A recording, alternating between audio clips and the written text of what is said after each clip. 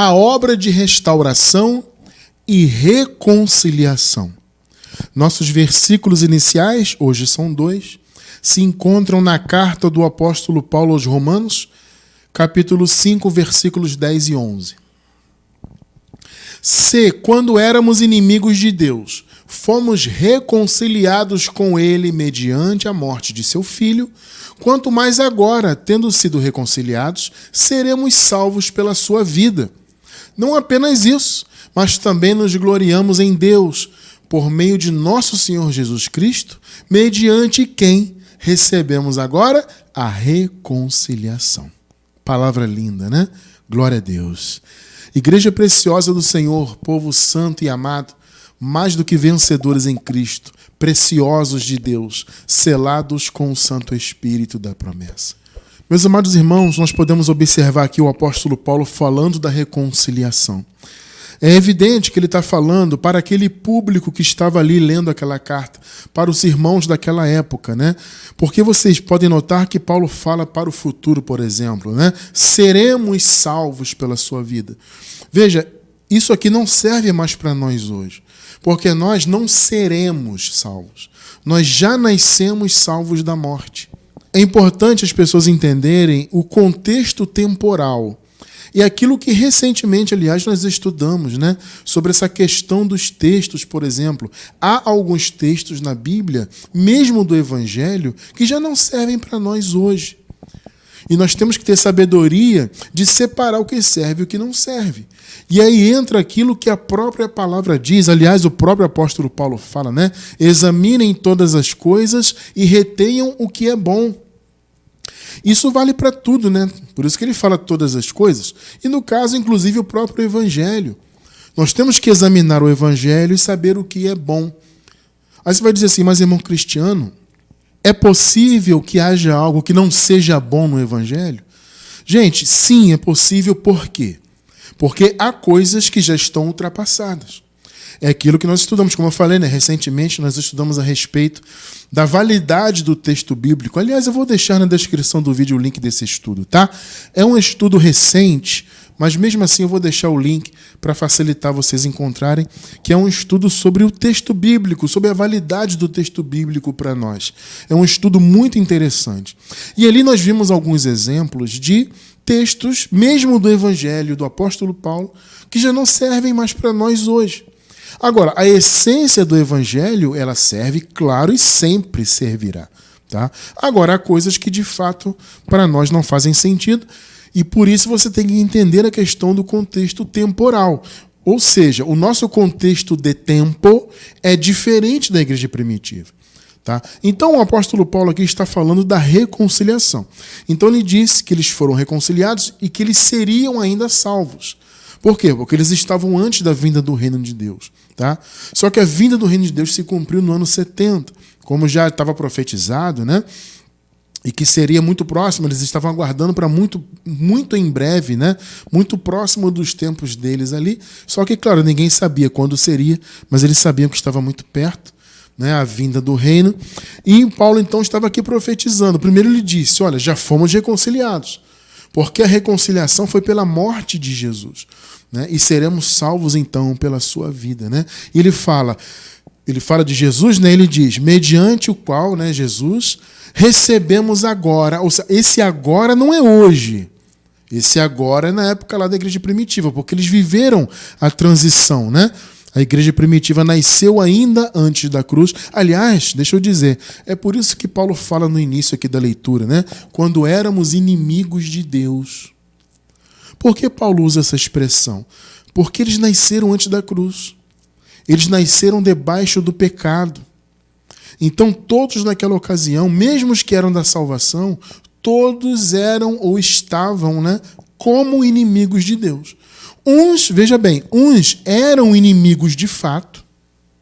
Uns eram inimigos de fato, tá? Porque eram da perdição. Então, eram inimigos, ponto. Agora, havia outros que não eram inimigos de Deus de fato, mas estavam inimigos. Por quê? Porque estavam contaminados pelo pecado. Antes da cruz, perceba isso. Porque o Senhor Jesus, na cruz, ele aniquilou o pecado. Aniquilar do grego ateteses, né? Quando você lê lá em Hebreus capítulo 9, versículo 26, diz que o Senhor tornou o pecado obsoleto, ele aniquilou. Aniquilar é ateteses, né? É tornar sem efeito, tornar ultrapassado, obsoleto, enfim. Foi o que ele fez com o pecado. Então antes as pessoas estavam sob o efeito do pecado, ou seja, sob o efeito da morte, condenação, etc. E o Senhor Jesus então acabou com isso. Então veja, Paulo fala, quando éramos inimigos de Deus, ele estava se referindo a eles naquela época, porque eles haviam nascido como inimigos de Deus, nascidos debaixo do pecado. Só que o Senhor Jesus fez o quê? Reconciliou o seu povo. Tá? Essa reconciliação é fruto da obra de restauração. Jesus fez obra de restauração, ou seja, ele restaurou tudo aquilo que Adão havia destruído. Nós já vamos trabalhar esse raciocínio daqui a pouquinho, tá? Adão veio, destruiu o relacionamento de Deus com a sua criação e Jesus então restaurou isso. E essa restauração, portanto, redundou na reconciliação. Então, o que estava desconciliado foi reconciliado. Então, Paulo fala, nós éramos... Vocês leram aqui no início conosco, né? O tempo verbal no passado. Nós éramos, quando éramos inimigos de Deus. Por quê? Porque estavam desconciliados, estavam separados por causa do pecado. Aí na cruz, Jesus morreu e aniquilou o pecado. E aí houve então a reaproximação de Deus com a sua criação, com o seu povo. E aí o Paulo falou, olha, nós éramos inimigos, mas fomos reconciliados. Por quê? Porque Jesus restaurou essa relação. O que era inimizade se tornou amizade. O que era separação se tornou reconciliação. Percebe? E isso é maravilhoso. Então veja, o primeiro homem, através dele, o pecado entrou no mundo. E como Paulo fala, pelo pecado a morte, né? A condenação e tudo mais. Né? E esse pecado que o primeiro homem cometeu, que foi a desobediência, ele desobedeceu uma ordem direta que Deus havia dado para ele, esse pecado então resultou na separação de Deus com a sua criação, consequentemente com aqueles que eram seus eleitos, porque tudo foi separado. Tá? Por que foi separado, irmão Cristiano? Porque, veja bem, gente, Deus não se relaciona com o pecado. Tá? Então, uma vez que o pecado entrou no mundo, Deus não teria mais relação com o mundo. No caso, com o cosmos, com a criação. Então, a criação que antes era bendita, e veja, Deus amava, como Ele ama até hoje, tá? Ele ama a sua criação. Só que o homem, como eu falei, né, ele pecou e retirou essa convivência, essa boa convivência de Deus, que amava a sua criação. Gente, a palavra relata no capítulo 1 de Gênesis que Deus ia criando as coisas e a palavra diz assim, né? E viu Deus que era bom. Essa palavra aparece no primeiro capítulo de Gênesis, né? O capítulo da criação. Se eu não me engano, ela aparece 5 vezes. Então Deus ia criando os detalhes e diz lá, e viu Deus que era bom. E Deus criou isso e aquilo, e viu Deus que era bom. É maravilhoso. Ou seja, Deus foi criando, né, fazendo a sua criação, e Ele foi amando, Ele viu que tudo aquilo era muito bom, ou seja, a criação agradava o coração de Deus. Só que o homem foi criado, o homem fazia parte, né, estava obviamente predestinada a criação do homem. Tinha que ser dessa forma, né? As pessoas às vezes questionam, irmão Cristiano, mas por que Deus criou, se Ele sempre soube, né, do pecado? Gente, eu não vou questionar os porquês de Deus. Uma coisa eu tenho certeza, se Deus criou é porque tinha que ser criado, ponto. Os porquês, os motivos exatos de Deus, cabem a Deus. É óbvio que Ele não foi pego de surpresa de forma alguma. Percebe? É óbvio que Ele sempre soube de tudo, mas Ele criou. Ponto. Vou questionar? Eu, Cristiano, não questiono a Deus. Ponto final. Como eu disse, se Ele criou porque tinha que ser criado. E aí o homem pecou. E houve então essa separação. Então o que antes era um olhar, né, de amor, viu Deus que era bom, etc. Olha só como é que a terra passou a ser. Gênesis 3:17. E ao homem declarou: visto que você deu ouvidos à sua mulher e comeu do fruto da árvore da qual eu lhe ordenara que não comesse, olha só, maldita é a terra por sua causa. Com sofrimento você se alimentará dela todos os dias da sua vida. Maldita é a terra. Olha só que expressão, gente. Então Deus viu que era bom. Ele foi criando e a criação foi agradando o seu coração. E viu Deus que era bom, e viu Deus que era bom. De repente, através do pecado, a terra se tornou maldita. A relação com Deus foi quebrada. Ou seja, o Senhor não estava mais se relacionando diretamente com a sua criação, porque, repito, Deus não se relacionaria, claro, com o pecado, com a impureza. Deus é santo, é puro, perfeito. Então, o pecado do primeiro homem separou Deus da sua criação. Então, por meio do primeiro homem, a morte entrou no mundo, o pecado, primeiro entrou, consequentemente a morte, e aí entrou no mundo também a lei. Por quê? Porque a lei, gente, ela tinha que vir para diagnosticar o pecado, para imputar. Porque, veja bem, se não houvesse uma letra dizendo que isto e aquilo eram pecados, esses pecados nunca seriam reconhecidos como tais. Logo, eles nunca seriam imputados. Então, os pecados foram imputados. E a condenação veio para aqueles que deveriam ser condenados, porque a lei trouxe a imputação do pecado. Vocês percebem? Só que essa imputação não afligiu aos filhos da salvação, porque Jesus morreu por eles. Se não fosse a obra de Jesus, toda a humanidade, aí sim toda, 100% dos homens estariam perdidos. Viveriam para sempre as consequências do pecado. A morte da alma, a destruição da vida, o aprisionamento da morte, onde as almas ficavam presas na morte. Ou seja, os filhos de Deus viveriam essa experiência para todo sempre.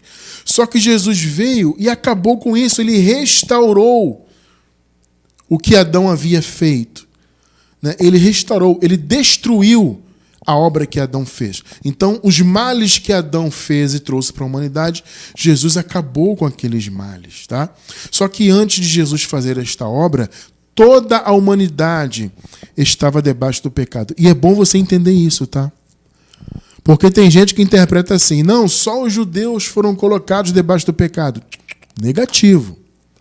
É bem verdade que a lei foi dada somente para judeus, veja, do ponto de vista da sua observância. Em outras palavras, somente os judeus, os israelitas, tinham a incumbência de cumprir os mandamentos da lei do ponto de vista ritualístico. Só que a lei, enquanto imputação de pecado, ela imputou o pecado a toda a humanidade, independentemente de ser judeu ou não. Entendam isso. Uma coisa é a lei ter sido dada do ponto de vista cerimonial e até moral para os judeus observarem. Ela foi dada por causa da promessa, aquela coisa toda, tudo bem. Então os judeus receberam essa prioridade, vamos chamar assim. Tá? Só que isso é um ponto de vista. Ou seja, a lei foi dada para ser observada, cumprida e vivida. Tudo bem. Isso é uma coisa. Agora, no que tange a imputação do pecado, esse foi para toda a humanidade. Só os judeus observavam a lei, tinham essa obrigação, no sentido de que eles receberam a incumbência? Sim. Então, eles viviam as diretrizes da lei, até mesmo do ponto de vista cívico. Então, eles viviam ali o direcionamento da lei, os mandamentos e as cerimônias, a religiosidade que vinha da lei. Só que a imputação do pecado foi para todos. Então esqueçam essa interpretação que só os judeus estavam debaixo do pecado. Observe aqui, Romanos 3:9. Observe aqui. Que concluiremos então? Paulo pergunta. Estamos em posição de vantagem? Irmão Cristiano, quem são esses estamos, entre aspas, aqui? De quem Paulo está falando? Dos judeus. E Paulo se inclui porque ele também era judeu de nascimento, Então ele pergunta de maneira retórica: que concluiremos então? Estamos em posição de vantagem, nós judeus de nascimento? Aí Paulo fala: não! já demonstramos que tanto judeus, olha só, quanto gentios estão debaixo do pecado. Ou seja, haviam nascido, né? Aqui o sentido é esse, tá? Porque, na verdade, aqui Jesus já havia aniquilado o pecado. Mas aqui Paulo fala, estão debaixo do pecado, porque haviam nascido naquela condição. O que Paulo falou? Tanto judeus quanto gentios. Então esqueçam essa ideia de que só os judeus estavam debaixo do pecado. Não. Toda a humanidade foi posta debaixo do pecado. Tá? Então, mais uma vez eu vou dizer para reforçar. Os judeus receberam a incumbência de cumprir a lei, de viverem as diretrizes da lei, do ponto de vista cívico, religioso, etc. Ponto. Agora, do ponto de vista da imputação do pecado, você acabou de ler comigo, foi para toda a humanidade, tanto judeus quanto gentios. Isso aí não importa, tá? Então, veja bem, toda a humanidade se contaminou pela imputação do pecado. Então, o pecado entrou no mundo. Veja, o pecado já estava no mundo, tá? Ô, irmão Cristiano, mas não havia lei, como é que havia pecado? Pois é, o pecado já estava no mundo. A lei, ela foi a força do pecado. Não significa que o pecado só existiu a partir da lei. Não. A partir da lei ele foi imputado. Perceba a diferença. Antes da lei o pecado já estava no mundo. Tanto que a morte também já estava. Tá? Romanos 5, versículos 12 e 13.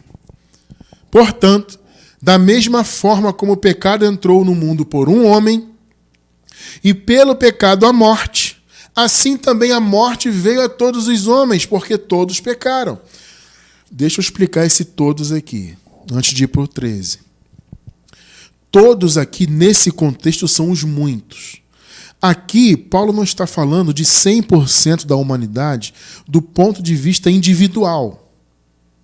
Entendam isso. Ô, irmão Cristiano, mas os filhos da perdição também não pecaram? Claro que sim. Veja bem, amados, nesse sentido do pecado, que todos pecaram, é claro que 100% da humanidade, do ponto de vista individual, estava debaixo do pecado. Todos eram pecadores. Mas aqui Paulo está contando apenas os da salvação, porque ele está falando que os da salvação não deveriam estar naquela posição de pecadores. Eles estavam forçosamente, né? Porque o primeiro homem tinha trazido o pecado para o mundo e pelo pecado a morte. Consequentemente, todos que nasceram depois do primeiro homem já vinham nessa condição. Só que aqui Paulo está falando dos muitos. Quem são os muitos? São todos os filhos. Então, o sentido de todos os homens aqui é todas as etnias. Eu já expliquei isso aqui, gente, algumas vezes. Mas sempre tem alguma pessoa nova assistindo, né? E aí a pessoa, de repente, nunca ouviu. É bom a pessoa estar inteirada nisso. Apesar de toda a humanidade, 100% dos homens que nasceram a partir de Adão, todos estavam debaixo do pecado. Mas veja, a conta da salvação coloca somente os da salvação, portanto, né?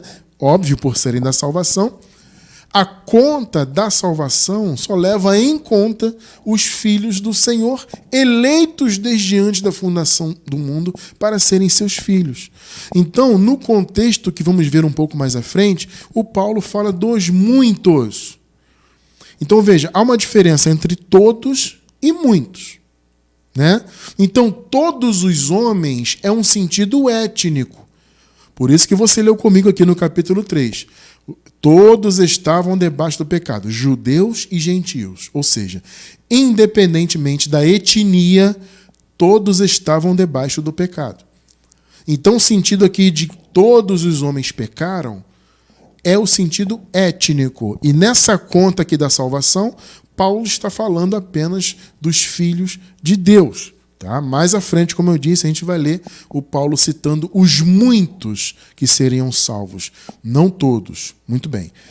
Vamos ler de novo 12. Portanto, da mesma forma como o pecado entrou no mundo por um homem pelo pecado a morte, assim também a morte veio a todos os homens, todas as etnias, logo todos os filhos de Deus que pertenciam a todas as etnias, porque todos pecaram. Ou seja, os filhos de Deus não deveriam ser pecadores, mas eles acabaram entrando na conta do pecado. Por isso Paulo fala, todos pecaram. 13. Pois, antes de ser dada a lei, o pecado já estava no mundo. Está vendo? Então, tem gente que diz, o pecado era somente o descumprimento da lei. Não. O primeiro pecado, quando ele aconteceu, nem lei existia ainda. Ela não tinha sido dada ainda, no caso. Tá? Então, o pecado já estava no mundo, independentemente da existência da lei. Então, você não pode dizer que o pecado era somente o descumprimento da lei. Não. A partir da lei, claro, todo descumprimento dela se tornou pecado, obviamente. Só que antes da lei, o pecado já estava no mundo. Aqui você acabou de ler. Amados, cuidado com essas interpretações que não levam em conta o texto bíblico. A gente vê muito isso aí. Tem muita interpretação da graça, entre aspas, que não levam em conta o texto bíblico. Então, cuidado, não é porque diz que é da graça que está interpretando a Bíblia corretamente à luz da graça. Cuidado com isso aí. Pois antes de ser dada a lei, o pecado já estava no mundo. Mas o pecado não é levado em conta, ou seja, no que tange a imputação, no que tange a condenação. Ele não é levado em conta quando não existe lei. Perceberam um ponto? Então, o que aconteceu? O primeiro homem trouxe o pecado. O pecado separou Deus da criação, logo também dos seus eleitos. Esse relacionamento acabou. Então entrou o pecado no mundo, consequentemente entrou a morte, e até mesmo a morte espiritual, todos os níveis e todos os sentidos de morte. E a lei veio para imputar o pecado, para que ele fosse realmente um instrumento de condenação. Sem a lei, o pecado estava no mundo, mas ninguém seria condenado. Porque a lei é que foi, vamos chamar assim, o fundamento jurídico de Deus, né, para a condenação. Percebe? E todo esse processo antes da cruz foi o período, estudamos também recentemente isso, né, o período do império das trevas.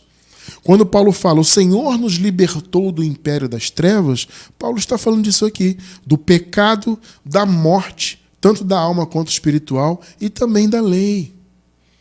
O Senhor Jesus libertou o seu povo totalmente disso. Por quê? Porque Jesus, com a sua obra, ele restaurou o relacionamento com Deus.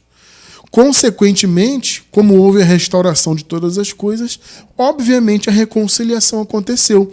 Então, o que Adão separou, o primeiro Adão, o último Adão, que foi Jesus, ele reconciliou, ele restaurou. Então, a quebra que houve por causa do primeiro pecado, essa quebra acabou. E a relação com Deus foi refeita. Então, a lei, abençoados, ela veio para imputar esse pecado. E aí, sacramentar de vez essa desconciliação. A lei veio para imputar mesmo. Por isso, Paulo fala, né, que a lei, inclusive, foi um ministério de morte e de condenação. Veja só o que Paulo fala em relação à lei. 1 Coríntios 15, 56. O aguilhão da morte é o pecado. Percebe? Ou seja, a morte veio por causa do pecado. E a força do pecado é a lei. Perceberam? A força do pecado foi a lei. A lei que imputou o pecado, e a lei foi o fundamento jurídico de Deus para a imputação da condenação eterna. Perceberam? Então, uma vez que o pecado entrou no mundo e a morte veio, e a lei veio para imputar o pecado e ser a força do pecado e da morte, toda a humanidade, aí no caso todos mesmo, né, os da perdição e os da salvação, estavam em pé de igualdade. Entende? O porquê? Porque o pecado destruiu tudo. O amor de Deus pela sua criação, a proximidade, né, que Deus tinha com a sua criação, o amor que ele tinha, a satisfação que ele tinha, tudo isso o pecado destruiu. Então, à medida que Deus criava todas as coisas, né, como eu disse no início, viu Deus que era bom, né, a criação agradava a Deus, mas o pecado pôs tudo a perder. E aí, todos ficaram na mesma condição. Veja, irmão Cristiano, como assim todos? Toda a humanidade, tanto da perdição quanto da salvação. Porque observe o seguinte, a partir de Adão e Eva, as duas sementes entraram no mundo. A semente da salvação e da perdição. O joio e o trigo. Vaso de desonra, vaso de honra. Árvore má, árvore boa. Você consegue observar essa dicotomia na Bíblia inteira. as duas sementes. Vocês acham, por exemplo, que Abel e Caim não eram as duas sementes? Sim, eles eram as duas sementes. Tremendo, né? Adão e Eva eram as duas sementes. Ou vocês acham que o mal, a desgraça que entrou no mundo, pecado, morte e condenação, vocês acham que isso viria por um filho da salvação? Por um eleito de Deus? Não. Então Adão era da perdição.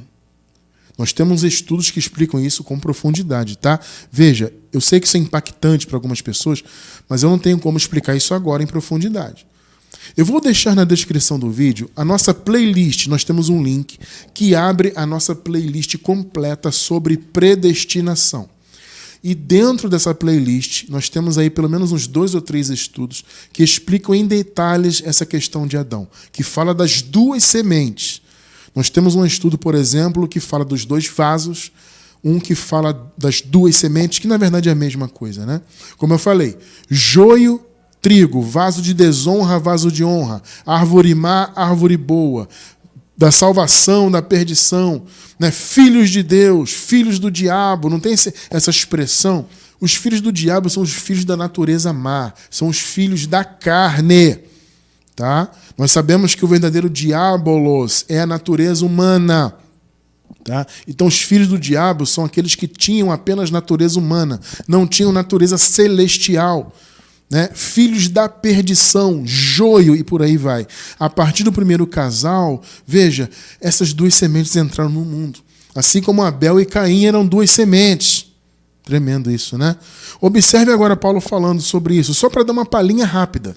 Como eu falei, eu não tenho como me aprofundar, mas eu quero deixar pelo menos um pequeno raciocínio bíblico aqui, para quem ainda não conhece isso, e claro, vai se aprofundar estudando, tá? Romanos 9, versículos 20 e 21. Quem és tu, ó homem, para discutires com Deus? Aqui no contexto, Paulo estava falando da eleição, do fato de Deus ter escolhido uns para a salvação e outros não. Do fato de Deus se agradar de um e de outro não. Como Deus se agradou de Jacó e odiou Esaú. Está no contexto aqui. Então não é o meu raciocínio. Ah, Cristiano, você está inventando isso aí? Não, eu estou lendo a Bíblia. Tá? Então, no contexto aqui, o Paulo está falando de eleição. Inclusive, no versículo 14, ele pergunta: há injustiça da parte de Deus? Ou seja, o fato de Deus odiar um e amar o outro? Aí Paulo fala: de modo nenhum. Tá? E aí ele segue falando e tratando desse ponto, até esse trecho aqui que estamos lendo agora. Quem és tu, homem, para discutires com Deus? Vejam, amados, o sistema religioso vive discutindo com Deus. Eu não aceito esse negócio de eleição, como é que pode? É uma injustiça Deus fazer vasos para honra, para desonra. O sistema vive aí lutando com isso aí. Nós aqui não. Nós vivemos o que está escrito. Texto e contexto. Então, enquanto uns estão aí discutindo com Deus, nós aqui obedecemos a palavra. Quem és tu, homem, para discutires com Deus? Porventura, pode o objeto perguntar a quem o fez: por que me fizeste assim? Percebe? Você é um oleiro, como o texto apresenta Deus aqui metaforicamente, Deus como um oleiro fazendo vasos, né? Aí você é um oleiro, você está construindo um vaso. Tem lógica o vaso se voltar para você e te questionar? Ah, como é que pode? Você me fez dessa cor? Você me fez dessa cor? Que negócio é esse? Tem lógica isso? Você consegue imaginar isso? Você fez um vaso redondinho, fez o outro compridinho, um para um fim, o outro para outro fim. Aí o mais gordinho fala: por que você me fez gordinho? Eu não aceito. Aí o magrinho fala: por que você me fez assim tão fino? Eu queria ser um vaso maior. Gente, isso tem lógica? Não tem. Quem manda é o oleiro. Percebeu, né? 21. Ou não tem o oleiro, que aqui no caso é Deus, na metáfora, direito sobre a massa, para do mesmo barro, observe, gente, mesmo barro. Está frisado aí na tela, inclusive, para quem está assistindo pelo YouTube aí. Mesmo barro. Veja, Adão e Eva eram do mesmo barro. Percebeu a referência? Do mesmo barro, da mesma massa. Adão foi feito do pó da terra, do barro, e a Eva saiu do seu corpo. o mesmo barro. Não tem o oleiro direito sobre a massa, para do mesmo barro fazer um vaso para honra e outro para desonra? Aí estão as duas sementes, o joio e o trigo, árvore boa, árvore má, ovelha e cabrito, e por aí vai. Você encontra diversas referências sobre isso na palavra. O Senhor elegeu o seu povo, os vasos de honra foram eleitos desde antes da fundação do mundo. Já estudamos isso aqui muitas vezes, né?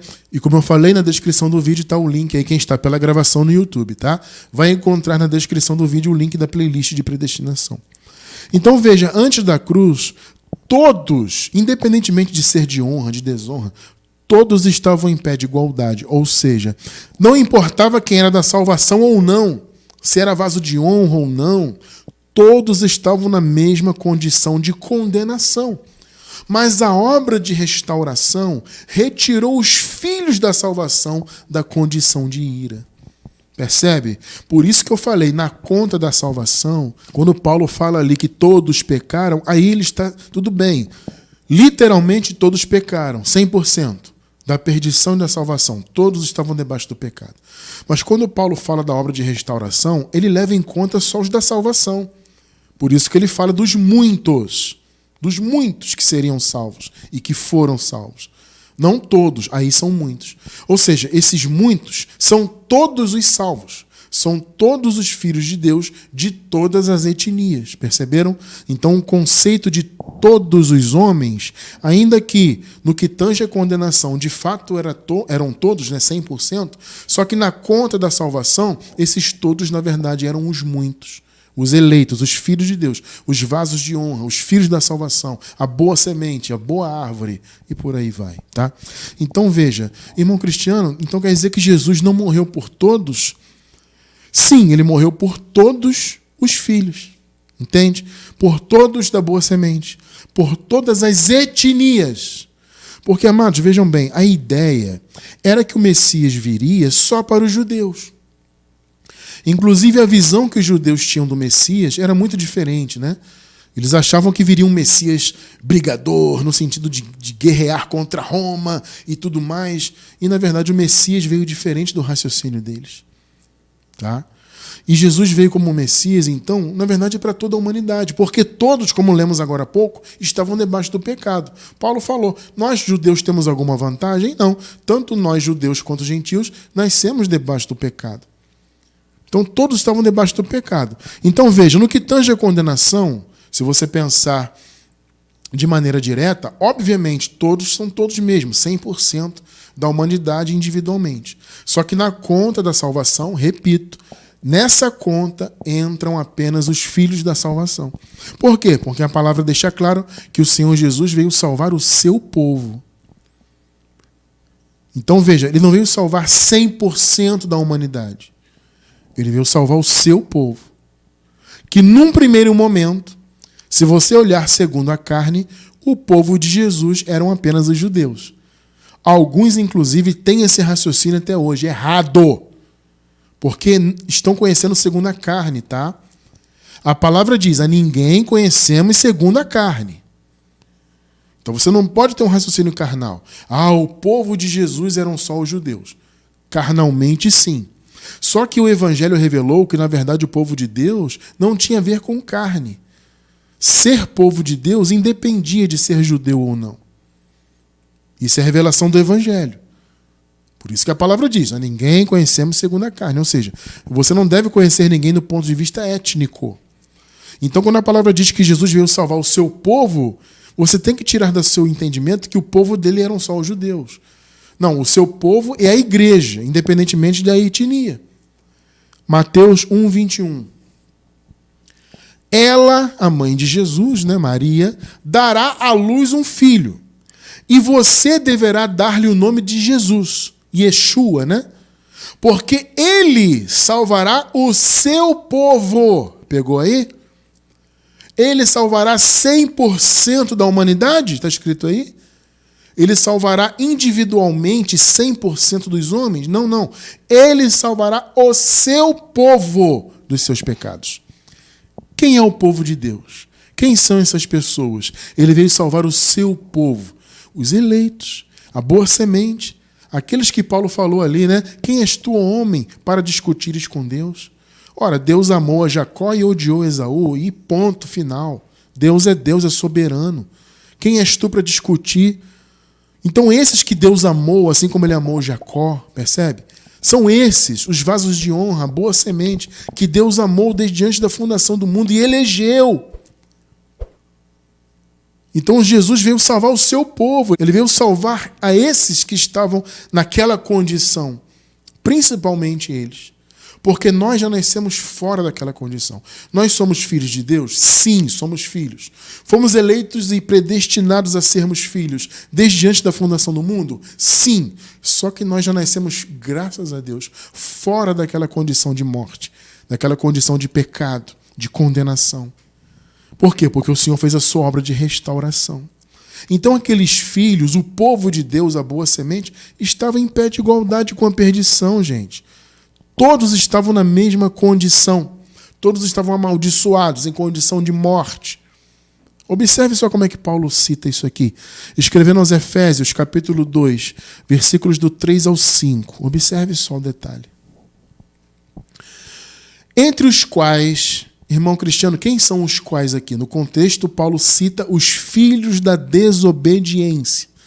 Ou seja, aqueles que foram postos realmente para a desobediência. Percebe? Aqueles que tinham a tendência a desobedecer, que nunca obedeceriam a Deus e ao seu evangelho. Entre os quais os filhos da desobediência, também todos nós andamos outrora. Esse outrora é antes da cruz. Eles andavam também segundo as inclinações da nossa carne. Gente, por que eles antes da cruz andavam somente segundo a carne? Porque não havia direção espiritual. Percebem isso? Então nós andávamos assim como os filhos da desobediência andam. Nós também andávamos segundo as inclinações da nossa carne, fazendo a vontade da carne e dos pensamentos. E éramos, olha só o detalhe, por natureza, filhos da ira. Por que por natureza? Porque a única natureza que estava, vamos chamar assim, entre aspas, em vigor antes da cruz, era a natureza carnal. A partir da cruz, com o advento do Espírito Santo, né, e o renascimento espiritual do povo de Deus, portanto, é que também a natureza espiritual passou a atuar. Só que antes disso, somente a natureza carnal atuava. Por isso que Paulo fala, nós andávamos como os da perdição. Nós éramos da salvação como somos, só que nós andávamos como eles, seguindo a nossa carne, a vontade da carne e dos pensamentos. E éramos por natureza, claro, por causa da carne, só tinha aquela natureza, entre aspas, funcionando, né? Então éramos por natureza filhos da ira, como também os demais. Perceberam aí? Estavam na mesma condição, 4 e 5. Mas Deus, sendo rico em misericórdia, por causa do grande amor com que nos amou, percebeu? Deus amou seu povo, aliás, antes da fundação do mundo, né? E estando nós mortos em nossos delitos, antes da cruz, porque na cruz o Senhor aniquilou o pecado, então isso aqui é uma condição diante da cruz, o Senhor nos deu vida juntamente com Cristo. Pela graça sois salvos. Perceberam um ponto importante aqui? Eles foram salvos pela obra restauradora de Jesus. Então eles estavam na mesma condição da perdição. Eles eram filhos da salvação, filhos da obediência. Mas eles estavam andando igualmente os filhos da desobediência. Paulo falou isso, você acabou de ler. Por natureza, irmãos Efésios, nós somos da salvação, mas por natureza nós estávamos andando igualmente da perdição. Nós éramos também filhos da ira, ou seja, nós também receberíamos a ira de Deus se não fosse a obra de Jesus. Por isso que ele completou no contexto. O Senhor, sendo rico em misericórdia, nos retirou daquela condição. Ou seja, Jesus restaurou tudo que o primeiro Adão havia feito. Perceberam? E aí, consequentemente, houve a reconciliação. Tá? Então, o que aconteceu? Adão e Eva foram expulsos do paraíso. Isto por causa da desconciliação, né? Ou seja, Adão pecou, consequentemente o pecado entrou no mundo e eles não podiam mais viver no paraíso. A desconciliação separou, como eu falei, venho falando desde o início, né? Separou Deus da sua criação. Então, o paraíso foi separado da terra. Entende? Eu penso, abençoados, que o paraíso e a terra... Hoje o paraíso é onde Deus habita. É o terceiro céu. Tá? Esse é o paraíso, né? O Paulo fala que foi levado ao terceiro céu e ele diz, eu fui levado ao paraíso. Irmão Cristiano, quais são os três céus? Porque o Evangelho diz que, né, que é o terceiro céu. Qual é o primeiro e o segundo? Veja, o primeiro céu é considerado o céu das aves. O segundo céu, o céu dos astros. Entenda isso, tá? O terceiro céu é o céu inatingível pelo homem. É o céu do paraíso, tá? Então, céu das aves, céu dos astros e o terceiro céu, que está acima de tudo. Tá bom? Então, veja, como eu entendo isso? Eu entendo que céu e terra eram uma só realidade, ou seja, o paraíso, a terra, vamos dizer assim, a criação aqui, quando Deus a fez, a construiu, ele fez como, entre aspas, uma extensão do céu. Então o paraíso dominava aqui a terra fisicamente, cosmicamente. Só que o pecado separou, então o pecado retirou essa condição de paraíso. Por isso que Adão e Eva foram expulsos e, consequentemente, eu vejo dessa forma, tá? O paraíso foi retirado daqui. Então o paraíso ficou sendo o terceiro céu. Eu entendo assim, tá, gente? É uma forma que eu tenho de raciocinar isso para tentar entender da melhor maneira possível, tá? Eu entendo que esse paraíso que Adão e Eva estiveram aqui na Terra, de fato estiveram fisicamente, era como uma extensão do céu aqui, inclusive fisicamente, tudo perfeito, tudo maravilhoso. Só que o pecado acabou com essa condição. Então o paraíso foi retirado daqui. Por isso que não há paraíso mais aqui. Paraíso é o terceiro céu, que é o céu inatingível para o homem, né? Tem o céu das aves, tem o céu dos astros e o terceiro céu. Tá? Então essa obra má de Adão, essa desobediência, esse pecado que entrou no mundo, acabou com aquela condição de paraíso na criação aqui. Então o paraíso foi retirado. Tá? Só que veja, Adão fez essa obra, mas Jesus desfez essa obra. Que coisa maravilhosa. Jesus acabou com a obra de Adão. Ele veio destruir a obra de Adão.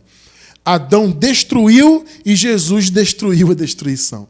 Jesus restaurou aquela condição inicial. Observe, Romanos 5, do 17 ao 19. Se pela transgressão de um só, que foi Adão, né, a morte reinou por meio dele, muito mais aqueles que recebem de Deus a imensa provisão da graça e a dádiva da justiça reinarão em vida por meio de um único homem, Jesus Cristo. Ou seja, o que Jesus fez trouxe essa abundância da graça. Ele restaurou tudo. 18. Consequentemente, assim como uma só transgressão resultou na condenação de todos os homens, assim também um só ato de justiça resultou na justificação que traz vida a todos os homens. Como eu falei, o sentido aqui é étnico, tá? Todos os tipos de homens, todas as etnias. 19. Logo, assim como por meio da desobediência de um só homem, muitos foram feitos pecadores, ou seja, os que não deveriam ser pecadores, os filhos de Deus, se tornaram pecadores. Assim também, por meio da obediência de um único homem, muitos serão feitos justos. E já foram feitos, tá? Aqui ele coloca no futuro porque eles estavam antes do juízo. Muitos foram então feitos justos. Muitos, perceberam a diferença? Muitos foram feitos pecadores. Ou seja, os filhos da salvação não deveriam estar naquela condição, mas estiveram. Então muitos se tornaram pecadores e esses muitos se tornaram justos por meio de Cristo. Ou seja, o Senhor reconciliou, Ele restaurou, né? Ele destruiu a destruição, né? Então ele restaurou aquilo que Adão havia feito e, consequentemente, trouxe a reconciliação. 2 Coríntios 5, 18 e 19. Tudo isso provém de Deus, que nos reconciliou consigo mesmo. Tá vendo? Ele nos reconciliou consigo mesmo. Ele fez toda a obra. por meio de Cristo. Ou seja, a morte de Cristo trouxe a restauração de todas as coisas e a reconciliação. E nos deu o ministério da reconciliação, que é o nosso ministério hoje também. É o ministério de reconciliação. Ou seja, você transmitir o entendimento que Deus já se reconciliou com o seu povo. O ministério da reconciliação basicamente é isso. É você transmitir a mensagem desse evangelho maravilhoso. O evangelho que deixa claro que a reconciliação já é um fato. 19. Ou seja, que Deus em Cristo estava reconciliando consigo o mundo. Mundo aqui é cosmos. No caso do contexto, veja, a palavra cosmos significa a totalidade de alguma coisa. Geralmente, a palavra cosmos aparece para se referir à criação como um todo, né? Ao cosmos, ao universo e tudo mais, tá? Só que a palavra cosmos, ela pode ser aplicada a qualquer totalidade. Então, aqui no contexto, Paulo está falando assim: Jesus morreu por todos, logo todos morreram. Mais uma vez, aquele raciocínio. Todos aqui são os muitos. São todos os eleitos, tá? Eu vou repetir. Na conta da salvação, obviamente, os filhos da perdição não entram. Então, quando Paulo fala morreu por todos, não é 100% da humanidade, individualmente. É por todas as etnias, consequentemente, todos os filhos de Deus que pertencem a todas as etnias. Então, Paulo fala, o Senhor morreu por todos. E aí ele fala, reconciliou consigo esses todos. Então, o mundo aqui, é claro que você pode encaixar aqui também a criação como um todo. Claro, irmão Cristiano, eu posso entender esse mundo, esse cosmos aqui no grego, como a criação como um todo? Sim, até pode, porque como eu falei, a palavra cosmos muitas vezes era usada para se referir à criação como um todo. Mas no caso, se você levar em conta o contexto aqui do texto, Paulo está falando de todos os salvos, todos aqueles pelos quais Jesus havia morrido. Então ele reconciliou consigo todos esses eleitos, não lançando em conta os pecados dos homens. E nos confiou a mensagem da reconciliação. Está vendo? Não levando em conta os pecados. Lembram-se que o Senhor morreu pelo seu povo, ou seja, ele veio salvar o seu povo dos seus pecados? O seu povo. Então, quando Paulo fala aqui que ele reconciliou o cosmos e não leva em conta os pecados dos homens, esse conceito de homens é o seu povo. Homens aqui é a humanidade, mais uma vez, todas as etnias. Perceberam o ponto? Então, o Senhor Jesus restaurou. O Senhor Jesus acabou com a destruição, com a separação, né, que o primeiro homem havia feito. Louvado seja o Senhor por isso. E nós já nascemos com tudo restaurado. Você já vive um novo céu, uma nova terra. Tudo restaurado. Recentemente já estudamos sobre isso. Então o Senhor Jesus restaurou a criação, o relacionamento com Deus. Ele tornou tudo perfeito. Mas aí você vai perguntar, irmão Cristiano, tudo bem, eu entendo, tenho entendido a palavra da graça, compreendo, está muito claro, acabei de ler com você que Jesus restaurou, ele desfez o que Adão havia feito, né? E ele salvou esses muitos, ele reconciliou o cosmos, ou seja, todos os filhos de Deus, a criação, etc. Muito bem. Mas se Jesus já restaurou toda a criação e ele trouxe novamente aquela condição original de relacionamento com Deus, por que aqui na Terra não voltou a ser o paraíso? É uma boa pergunta, né? Porque, veja, como eu falei para vocês, o paraíso eu entendo assim. O paraíso, aqui na Terra, quando Deus fez a Terra, o paraíso era uma extensão do céu. Ou seja, a Terra era uma extensão do céu, literalmente, cosmicamente, fisicamente. Só que essa condição de paraíso foi retirada daqui por causa do pecado. Então, quando diz que Adão e Eva foram expulsos do paraíso, na verdade foi o paraíso que se retirou daqui. Eu entendo assim. E apenas o terceiro céu, então, se tornou o paraíso. Aliás, se tornou não, né? Sempre foi. E apenas o terceiro céu continuou sendo o paraíso. Ou seja, essa condição saiu daqui da terra por causa do pecado. Aí Jesus restaurou tudo e, consequentemente, reconciliou, como vimos. Então a obra está consumada. Quando você nasceu, quando eu nasci, essa obra de restauração e a reconciliação já havia acontecido. Inclusive, eu posso dizer que nós não fomos reconciliados. Meu Deus, irmão Cristiano, que loucura. Então quer dizer que eu não estou em paz com Deus? Calma. Quando eu digo que nós não fomos reconciliados, é no sentido de que nós não precisamos disso. Porque foi reconciliado quem estava desconciliado. Agora veja, nós nunca estivemos debaixo do pecado. Nós já nascemos depois da cruz, depois da obra consumada. Então, nós não precisamos, nós já nascemos sem a necessidade de uma reconciliação. Ou seja, nós já nascemos conciliados com Deus. Porque já nascemos com obra consumada. Entenda isso é contexto temporal, tá? Você não pode se ver na mesma experiência temporal da igreja primitiva. Não pode. O nosso contexto temporal é outro. Então, eu estou apresentando para vocês aqui a ideia do que Jesus fez, primeiramente com aqueles irmãos. Eles é que viveram aquela transição. Eles foram reconciliados. Entende? Eles viveram diretamente aquilo. Nós já nascemos com a obra consumada. Agora, voltando à pergunta que eu fiz agora há pouco, e que muitos devem se fazer, irmão Cristiano, por que o paraíso, então, não voltou cosmicamente aqui para a Terra? Por que a Terra não se tornou um paraíso, então? Amados, por causa da carne. Essa carne nossa aqui ainda é Adão. Tá? E Adão recebeu uma sentença de morte. O que Deus falou para Adão? Adão, se você pecar, certamente morrerá. Essa sentença de morte está até hoje biologicamente em nosso corpo. O nosso corpo morre biologicamente, por quê? Por causa da sentença que Adão recebeu. Então, este corpo não pode herdar o paraíso.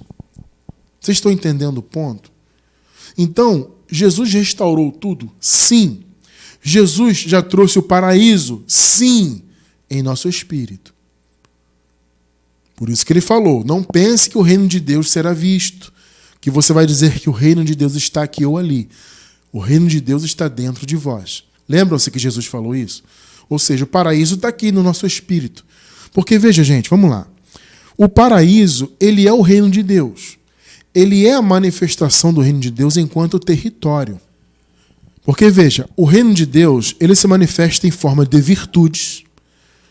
A palavra diz, né, que o reino de Deus é alegria, paz, justiça, né, alegria no Espírito Santo, né, no caso.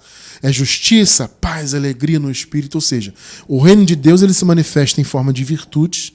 O reino de Deus se manifesta espiritualmente em nosso espírito. Então, o reino de Deus, como Jesus falou, está dentro de nós. Só que o reino de Deus também, ele é um território. Ele é onde as pessoas habitam com o corpo glorificado. Vocês entendem? Veja, esse conceito de reino de Deus, ou seja, o reino de Deus enquanto território, esta carne e este sangue não podem herdar esse território. Por isso que, apesar de Jesus ter restaurado todas as coisas, o paraíso não voltou a tomar conta, entre aspas, da terra cosmicamente. Ele veio em forma de virtudes e ele veio espiritualmente. O reino veio, o paraíso veio, como virtude e espiritualmente em nós. Só que nós só habitaremos ele enquanto território quando deixarmos esta carne aqui. 1 Coríntios 15, 47 até o 50. O primeiro homem era do pó da terra, o segundo homem do céu. Está vendo? Duas origens. Uma apenas terrena, que é da perdição, só tem origem terrena. E o segundo homem do céu, que é celestial. Os que são da terra, ou seja, a má semente, são semelhantes ao homem terreno. Os que são do céu, que são os da salvação, ao homem celestial. Aqui você consegue enxergar muito bem as duas sementes, né? Uma que é só da terra, uma que é também celestial. 49. Assim como tivemos a imagem do homem terreno, e nós temos até hoje, né? A carne, o nosso corpo atual, teremos também a imagem do celestial. Que palavra, que promessa, hein? Agora veja o 50. Irmãos, eu lhes declaro que a carne e sangue não podem herdar o reino de Deus. Pegou? A carne e o sangue não podem herdar o reino de Deus. Nem o que é perecível, que é essa carne aqui atual, que ela é perecível, né? Ela também não pode herdar o que é imperecível. Entenderam a questão, abençoados? essa carne e esse sangue não podem herdar o reino de Deus. Aqui é no sentido, como eu falei, o sentido de território, né? Eles não podem adentrar o território do reino de Deus. A carne e o sangue não têm essa possibilidade. Então, por causa da carne e do sangue que se perpetua, Adão se perpetua, né? Adão, que é a nossa carne, está aqui até hoje. E a sentença de morte está aqui até hoje. Só que essa morte não afeta a nossa verdadeira vida, que é a alma. Nós seguiremos vivos. A sentença de morte não está mais em nós, apenas na carne. Perceberam um ponto? E essa carne, então, não pode viver no paraíso. Ficou claro, né? Então, Jesus restaurou todas as coisas? Sim. E Ele deu a possibilidade de vivermos o paraíso? Sim. Nós já vivemos o paraíso no sentido das virtudes, como eu falei, do reino de Deus, e também espiritualmente. E viveremos na eternidade com um corpo glorificado. Então, quando este corpo voltar para o pó, ele será, entre aspas, uma semente para o nascimento do novo corpo. Nós já temos um novo corpo. Ele já é uma realidade. Todas as bênçãos espirituais já nos foram dadas. Então, quando este corpo dormir, instantaneamente e imediatamente, nós habitaremos em um corpo de glória lá no paraíso. Porque Jesus restaurou a condição de paraíso e Ele reconciliou o seu povo. E nós já nascemos com tudo isso consumado. E eu quero encerrar com Colossenses capítulo 1, versículo 22. Agora, porém, vos reconciliou no corpo da sua carne. Veja, essa palavra é para aqueles irmãos daquela época, tá? Esse agora não é hoje, esse agora é lá na igreja primitiva. Agora, porém, vos reconciliou no corpo da sua carne mediante a sua morte. Então, gente, a morte de Jesus propiciou a restauração de tudo que Adão havia feito e, consequentemente, a reconciliação. Então, hoje, nós temos certeza que viveremos no paraíso porque Jesus restaurou todas as coisas, né? Então, o Senhor vos reconciliou no corpo da sua carne mediante a sua morte para apresentar-vos perante Ele santos, inculpáveis e irrepreensíveis. É a condição da igreja. A partir da cruz, a igreja se tornou santa, inculpável e irrepreensível. É o que nós somos. Tenha certeza absoluta, abençoado irmão, abençoada irmã. O paraíso é o nosso lar. Estamos vivendo aqui um momento de vida terrena, na carne, ainda em Adão. Mas esse Adão vai passar e nós seguiremos vivos com o corpo glorificado para sempre no paraíso que Jesus restaurou para os filhos de Deus.